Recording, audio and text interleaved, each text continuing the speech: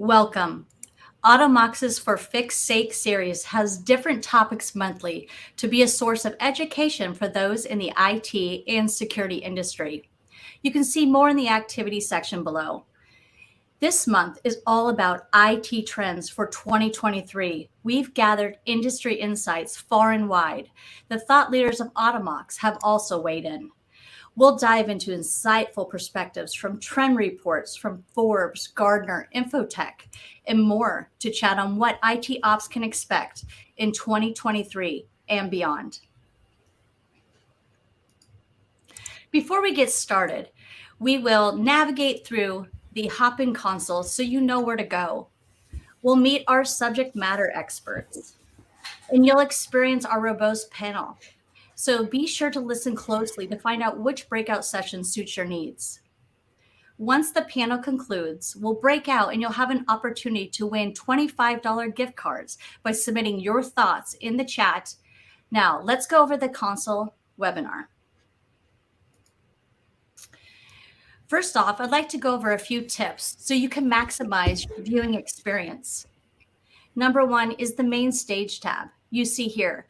Below the player screen, you can click out relative resources. And number two is Q&A. We will try our best to respond. And if we can't, we'll make sure we get you an answer via email or the Automox community. Number three is our polls. Submit your answers once it pops up. Number four, chat. This is an open forum to engage with others and share your thoughts. Number five are sessions. Pick the session that most resonates with you as we progress. And as a reminder, you will receive the recording from today's virtual event. You can share with your colleagues or catch up on all of our fantastic sessions here at Automox.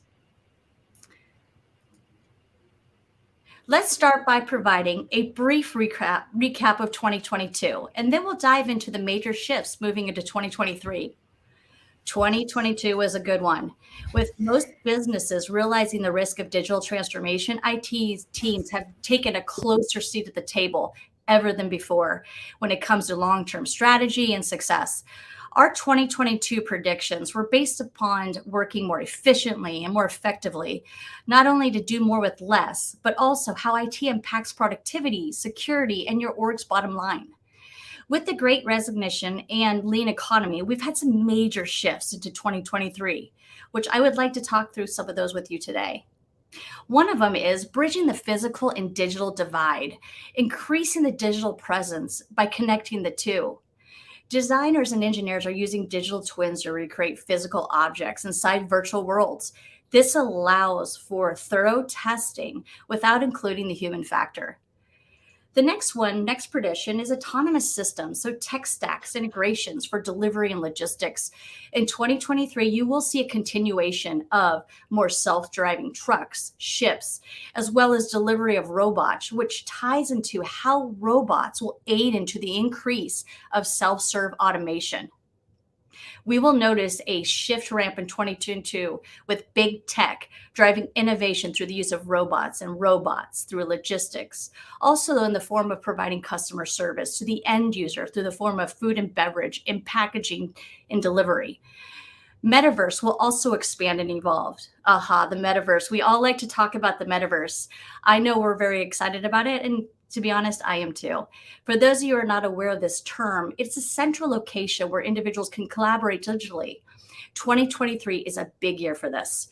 It will define how the metaverse will be utilized and how the end user will respond to it. And then finally, continued sustainability. This peaked its head in 2022, and it's going to go full stream, I believe, in 2023. Let's go green. We'll see a continued push towards making supply chains more transparent, and consumers demand that the products and services invest in energy are efficient, at back-end more sustainable technology. So we're going to go ahead and head back to the intro slide. I am your host, Cesile Johnson, and I would like to make sure that you understand that we are here today to provide you some exciting news about 2023. With 23 years of experience in tech, my focus is enabling Automox's engineers to design and develop and deliver our end product. This is coupled with a specialty in enabling B2B, B2C, and service delivery to our customers. It is my pleasure today to introduce both Debbie and Craig, and they can tell you a little bit about more of themselves. So let's go ahead and start with Craig. Hi, everyone. I'm Craig Hamill. I'm the Director of Technology for the Pritzker School of Molecular Engineering at the University of Chicago. I am responsible for the academics, research, and continued growth of a novel field of molecular engineering, the first molecular engineering school in North America that's primarily focused on molecular engineering instead of kind of the novel everything else. So glad to be here. Looking forward to the discussion. We are glad you're here as well. Thank you. Debbie. Hello, thank you to Automox for doing this session. I'm happy to join Cecily and Craig on this show. My name is Debbie Reynolds. They call me the Data Diva. I'm the CEO and Chief Data Privacy Officer of Debbie Reynolds Consulting. I work at the intersection of data privacy and technology. I'm a data geek by nature. I've been working with companies in digital transformation before it had digital in it. So moving from analog systems to digital systems, and now this exponential growth of the way that technology is developing is going to be kind of a new frontier in terms of how companies deal with data and the types of innovations that they can enjoy. So happy to be here. Welcome. We're glad you're here as well, Debbie. Thank you. All right. And we touched lightly on the 22 recap and major shifts. So now we're going to jump into our expert panel. Heading into our panel, we've collected predictions and insights for 2023. Coming in far and wide, from sustainable tech to digitalization of saving dollars and time, environment, seem to be running the theme. Automox put together their top 9 IT trends. So please be sure to take a look in the activities section below. Our thought leaders put a lot of time into really predicting what they're going to see in 2023, and I think you will be impressed. Now, let's hear from our experts here today, Debbie and Craig, to see what they have in mind for 2023 and where they're headed. So we have a few topics we're going to talk about today, but first off, I want to talk about AI anywhere. That's a hot one. Today, AI is picking up steam by receiving the most net new investments by the end of 2023, with 35% of orgs saying they have already invested in it. So I would like to ask our two SMEs here today, Debbie and Craig, what major shifts do you see occurring in AI and ML for 2023? I mean, I could go first. I mean, I think the largest and very much in the news AI is OpenAI, ChatGPT being kind of the big pusher in the academic space.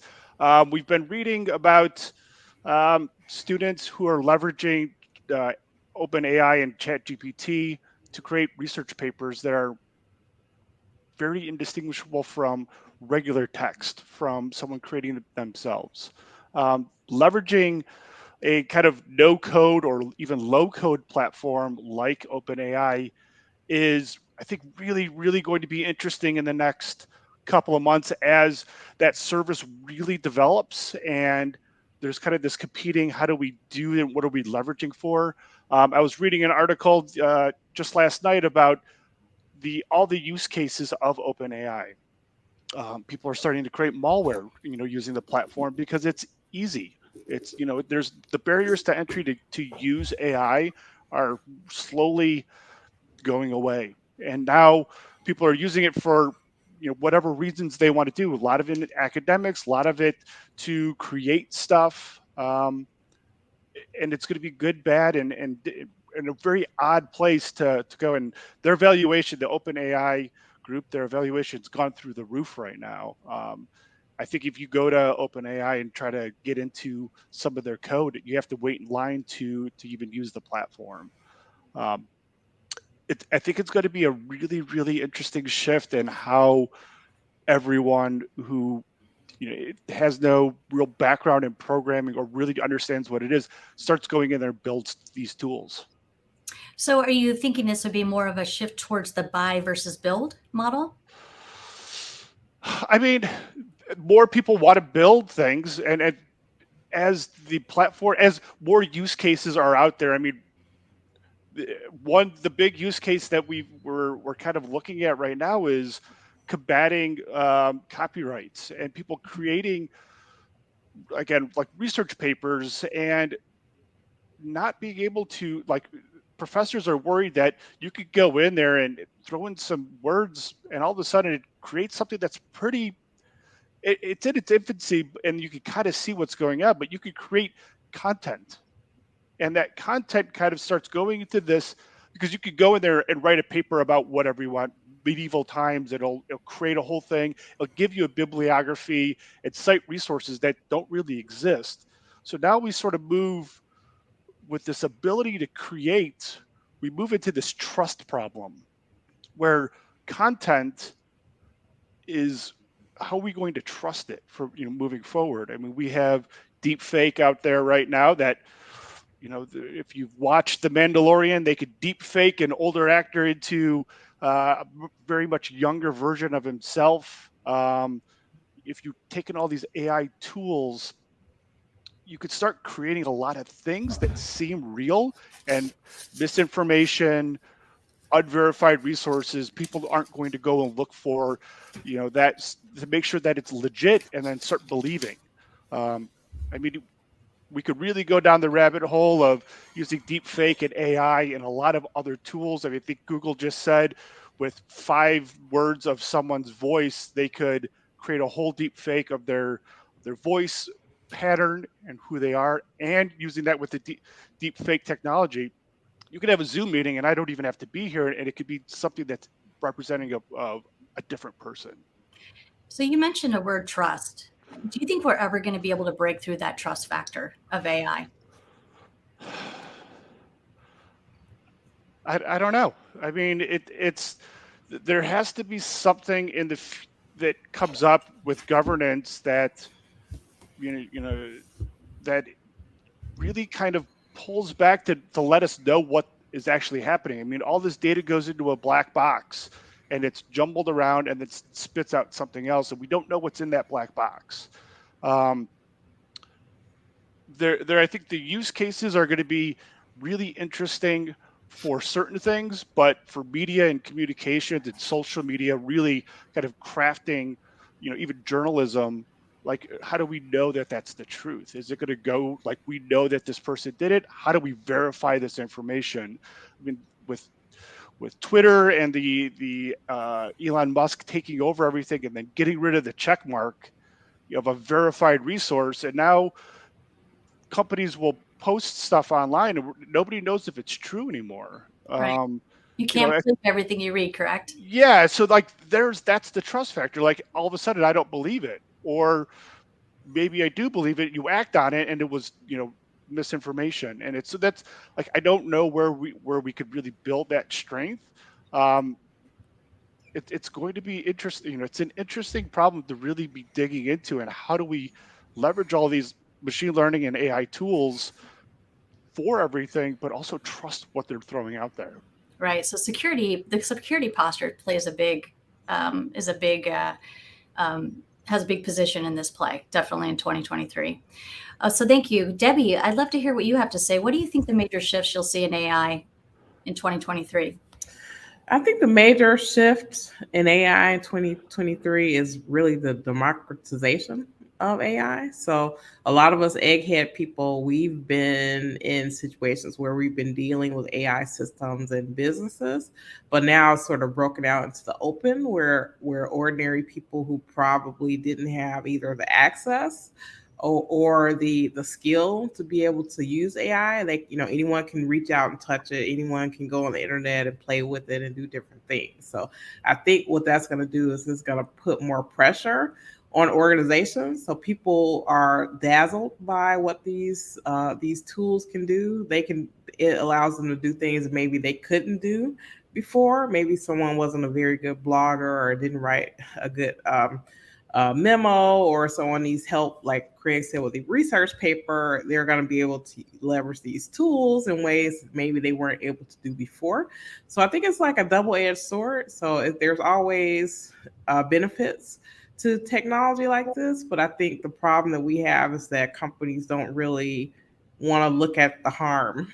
So it's like, it has benefits, it has harms. How do we imagine the harms? How do we stop the harms, but then also support the growth and innovation that happens there?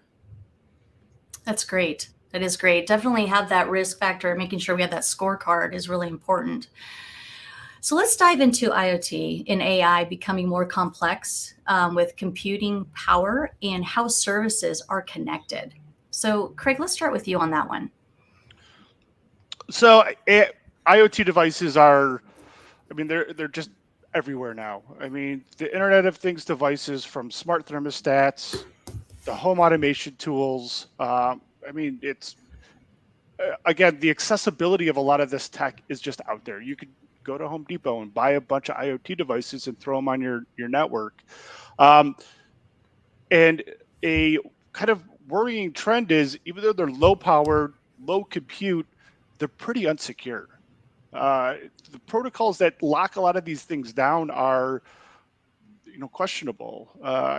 My smart thermostat links out to a company, and now they have an open API to the power companies that are in my local area that could give me like smart heating and smart cooling. So not necessarily me creating some of the how I want my house to feel, but I'm in Chicago and Commonwealth Edison is our energy provider, but Commonwealth Edison could go in and, depending on their demand, change my air conditioning in the summertime.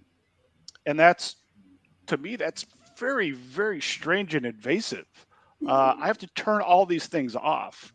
And just also other people using IoT devices, people plug them in, it's, us as technologists, we tend to be a little sharper on how we do things, but the vast majority of people just grab it, put it on their network, set it and forget it. And, anything that people could get into, any vulnerabilities. A smart fridge, like, I think I saw a meme the other day of someone hacking a smart fridge and like emptying out all of their ice onto the floor. It's kind of comical, but those things are not secured that in a way that I think you could have all these, network devices, and they listen, and they're constantly listening to you and creating things and sending it back to a third party. It's a security issue, data privacy issue, and a lot of people don't realize all of these things. It is. It can be scary a little bit, I would say, not knowing who's listening. Correct? Yeah, I could, in my breakout session, I could give a prime example of how all of this, these devices are constantly listening to you, and how some of these interactions, you think it's affecting you, but it actually has a much wider reach and tentacles that go out to your family and friends, and all this kind of how all that media pulls together, and how they use all these data points to market you something. But yeah, IoT is great, and I think it has this low power, low cost, devices, but you also don't know where it's going, and you don't know how they're using that data. Right. So Debbie, before we jump into automation and digitization, I want to ask you a question. Being the data diva, how is data being protected today? And is encryption alone enough? And then what does the future hold for quantum encryption? Oh, wow. Those are big questions. So let's see. What does the future hold for, so how are we protecting the data today? So today, unfortunately, I feel like the innovation has gotten way ahead of the privacy and security concerns. And I think a lot of that is because it was not required, right? So people create these devices, they want to sell that product, they put it into the consumer's hand, whether that's a person or a business, and sort of the person or the business's problem at that point, right? So it's like it sucks to be you. So we're entering the sucks to be you part of technology right now, where people are given devices that maybe they don't understand, or is collecting data or doing things that they may not agree to or understand in a way that, like Craig said, like maybe a smart thermostat is cool because you could be away from home and use your smartphone and adjust your heating and cooling. But then the power company, if they decide that they're having a surge in the area or something, they can decide maybe Craig doesn't need heat today because we have his thermostat, right? So these are all problems that we'll start to see a lot more. Also, to your point about encryption, I think encryption. So let's talk about cryptography. So there are lots of different types of cryptography, and encryption is one of those. So I think, with the advancements in computers, especially what's coming up with quantum computing, and even before that, a lot of the Web3, decentralization, all those things are going to change the way we use classical computers, and it will change the way that devices need to be protected. And I don't think people are yet ready for that, which is a problem. And I think, that there's a law that just got passed by the White House in 2023 about trying to make sure that federal systems to use data are quantum resistant. And so that's going to push down to other people, other companies that are serving the government. So I think there's going to be more of a push for people trying to find new ways to be able to protect data. But, I'm a privacy expert. So when we talk about protecting data, we're talking about protecting the rights of people. And in a way, encryption doesn't do that, in my view, right? So let's say you have a house, someone has a key to your house. So you're the owner of the house, someone has a key to your house, right? So just because someone has a key to your house, they're not the owner of the house, but they can get into the house, right? So when I'm talking about privacy rights, I'm saying you're the owner of the house. Just because I have a key to a house, it doesn't change your ownership rights. So I think that's a big difference between kind of cybersecurity and privacy, where cybersecurity is trying to protect all of the asset that you have and like who controls it and who's accessing it, where privacy is about who owns the rights to the data, who owns the rights to the information. And I mean, the teams that I support at Pritzker School of Molecular Engineering are actively working on quantum encryption and quantum networks. They lead probably the foremost teams in the United States with a few of the national labs located in Chicago. We've built a quantum network that we're working to develop some of that, and some of the labs and principal investigators are actively working on quantum encryption. And it's interesting. It's you creating that unhackable internet, an unhackable network, which it's very, very cool. But from other resources, it's, well, if you create a pipeline that nobody could ever get into, the big government agencies, that becomes an avenue for something else. And encryption, I mean, even just using classical computers and quantum computers, everyone thinks that a quantum computer is going to show up in your cell phone. I mean, it's not. It's going to be a very, a classical computer is all the computers that we have today. Quantum computers are going to be very specific to computational, I mean, GPS coordinates and creating that in encryption, even doing a lot of breaking. I mean, once they are able to figure out how to break current encryption with quantum computers, I mean, you could do man in the middle attacks without a problem. It will invalidate everything that we know of. But with quantum, some of the quantum encryption is already out there and is being used by some of the large banks that you can't crack it. You can't be a man in the middle because of how the states of a quantum bit work is that once it's changed, it invalidates everything. if anybody wants to know more about that, I'm more than happy to go into a deep dive. And I'm sure the faculty at the University of Chicago would love to discuss more about that. This is great. Great conversation on AI. I am going to move us along and we can dive deeper in some of the breakouts on these questions. But excellent conversation. One thing, Debbie, you mentioned was there's going to be a need for more device protection. And so that's something that we do here at Automox is we are endpoint protection. And it dives into also what we do here is automation and digitization. Gosh, that's a tough word to say. But that's what they're calling it now. Infotech Trends and Futurum are calling it digitization. So 61% of orgs are turning to automation to deal with staffing issues. It ties into robotics, right? So for the year ahead, 94% are saying shifting employees to higher value work is a priority. So having the valued work, the employees really driving that end user result, making sure that we are automated and we're efficient and effective.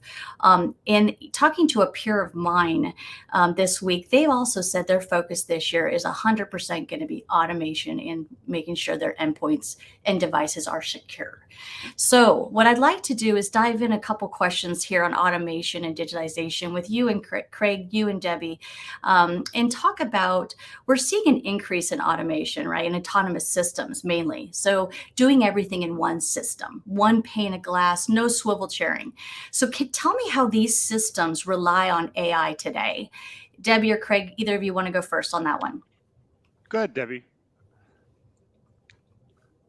Of course, you're going to throw me into the deep end of the water. I could definitely talk about it, but these things are what I do on a daily basis, so I don't want to, take over the conversation too much.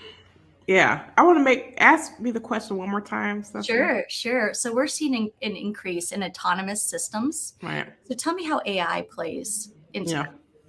So we're going to be able, with AI, we're going to be able to do things with autonomous systems that we're never capable of doing before. So I think, the journey is figuring out what these technologies can do, how they can actually help companies being able to have it, customized to what their situation is, and then also making sure that they're baking in steps, whether it be from a technology standpoint or maybe even a physical standpoint, creating some type of security layer or security barrier in some sort. So I think the fusion of these systems, I think, is very important. Like, as you said, like having a single pane of glass. I know a lot of times we look at TV shows when they have like, the room with all the computer geeks in it and everybody's looking at different systems and stuff. Everyone wants everything to be like more Minority Report, right? One person orchestrating everything. And I think because of the proliferation of all these devices, it almost has to go that way. You can't have like all these different systems because they aren't talking to each other. But I think with AI, you're going to be able to have capability that you didn't have before to maybe have these systems be able to fuse together, or at least be able to give more real-time insights or near real-time insights in a way that a person can actually make judgments about what they need to do. I mean, absolutely. As a technologist and as a system engineer, doing all of this in my current position and my past positions, all these different tools are telling you different things, and that single pane of glass is, I think, really important. I think there's very much a drive to put that. So how do we use AI and machine learning for a lot of this? Is, we, as a team, I could only look at so much stuff. There's a lot of information there going across the networks. I mean, working at a university, you can imagine the amount of, or even just a small or medium-sized business, the amount of data that's coming across. If you have multiple locations, what are attack vectors? What are people doing? It's not necessarily like a bad actor getting into your network. You may have employees trying to do something that they may not, shouldn't be doing. So using machine learning, there's quite a few tools out there. that you can integrate that will look at traffic and look at trends and look at what people are doing, what systems are being affected. If if I've never touched the HR file share in my 5 years of working for a company, and all of a sudden Craig's account is starting to hit that share all the time, that could raise some red flags where I wouldn't know that from looking at, even logs, but a machine learning could start building a trend and start building how things are, how someone's doing that, and then start raising some red flags. And then AI is, again, a novel thing that could go in and say, that's weird. That could start turning things off, notify, the security team, and start really augmenting a lot of the staffing issues, but start making judgments for you, depending on how the traffic looks, preventing ransomware. If a bunch of files are changing right away, tools could go in there and just shut down the file shares and shut the servers down to prevent some of that. Mm-hmm. And it's also just looking at things that, as humans, we cannot go through logs constantly and understand what all of this means. I mean, it's something, unless it's, the big red light that's blinking at you, trends, we see from a security perspective is that if your network is infiltrated, they're not coming in day one and banging and stealing your stuff. They come in, they look at what systems they could find that are vulnerable. They start, seeding information, and then it could be a week, it could be a year. There's some point in time where they'll initiate an attack or initiate something. And as a human, I can't see that.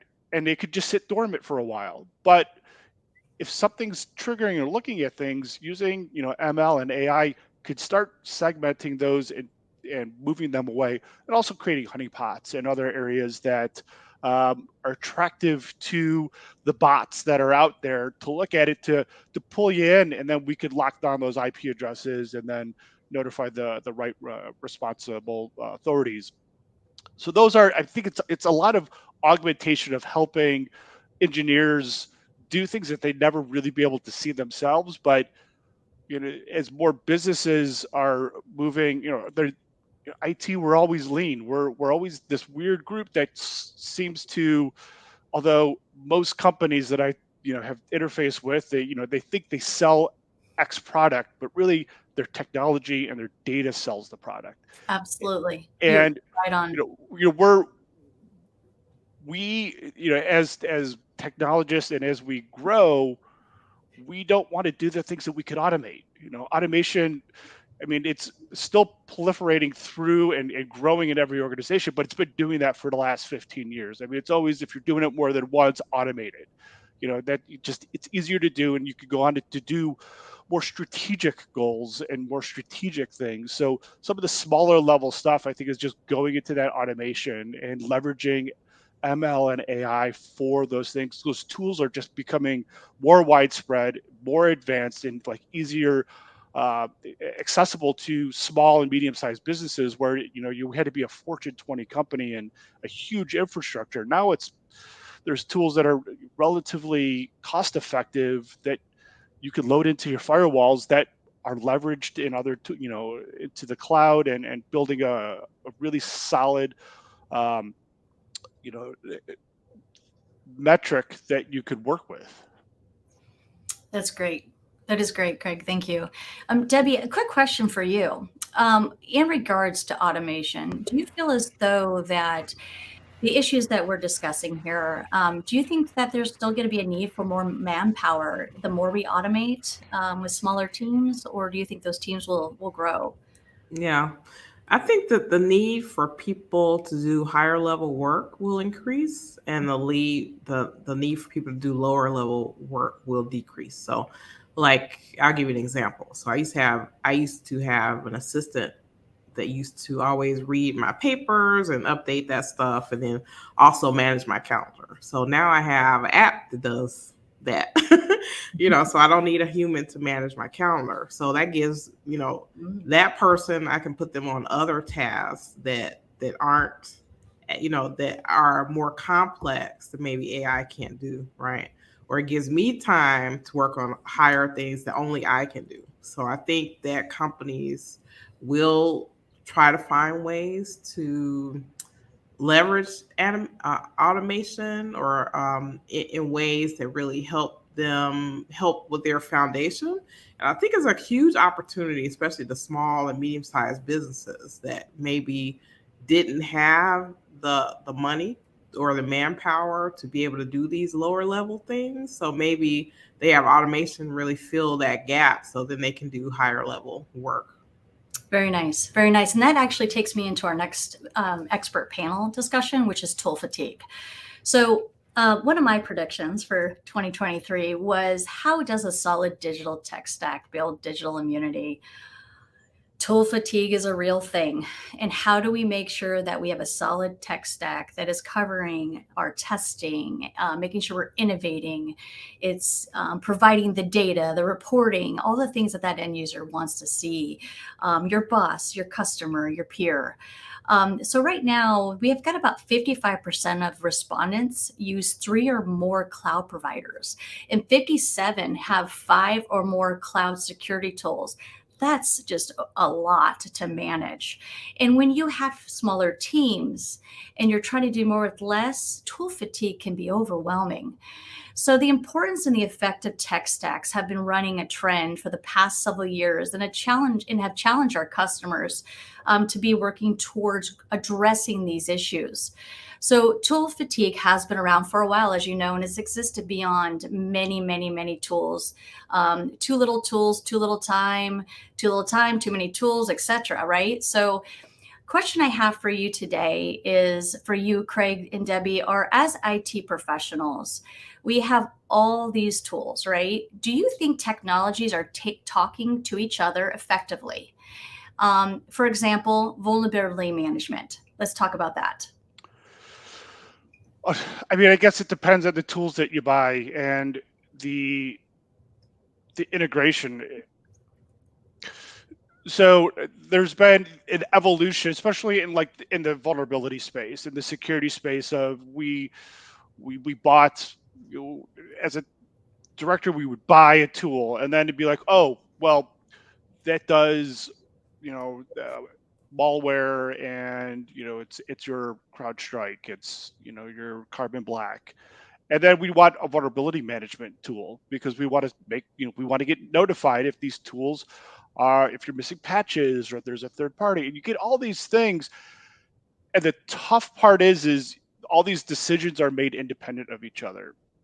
Now, I am seeing more, at least from my perspective, is that we're trimming away the tool sets that don't integrate with something else. I again, going back to that single pane of glass, Mm-hmm. I want to be able to do something. I'm going to have different tools that are specialized, and that's fine. And I would have maybe even duplicate tools for different use cases that do the same thing. But I want to be able to know about what one tool is doing and how the other tool could leverage that. I mean, I can't go in and see all these reports and find all these vulnerabilities and then go into another patching system and then start. I want to do that one thing. I want to know the endpoint, and I want to know what is being vulnerable and where it's at, and how to structure that correctly. And that is some of these, the tool fatigue and just a lot of information, and then you forget, or you don't install an agent, or as people grow and move on into other tools, certain things don't get loaded and then it kind of falls away. And so, I mean, I think you want some variety in your tool sets. I don't think you want a one size fits all platform, because everybody does something a little better. One group, one piece of software may do this really well, but this not so well. So you want to get best of breed of everything, but you also want them to be open and integrate with each other. That single pane of glass, your knock team doesn't need to have that theater of a million screens that are just throwing information at you. You'll miss something. I mean, we've all seen the videos of the guy going through the security cameras, and they like sneak by, and there's too much information for one person to deal with. You want to be notified of that, and be able to take action right away. And that's the important part. Thank you so much. With 1 minute remaining on the panel, I would like to give Debbie a chance to answer the question as well. All right, I'll quickly go through. So I think it's a two-prong issue.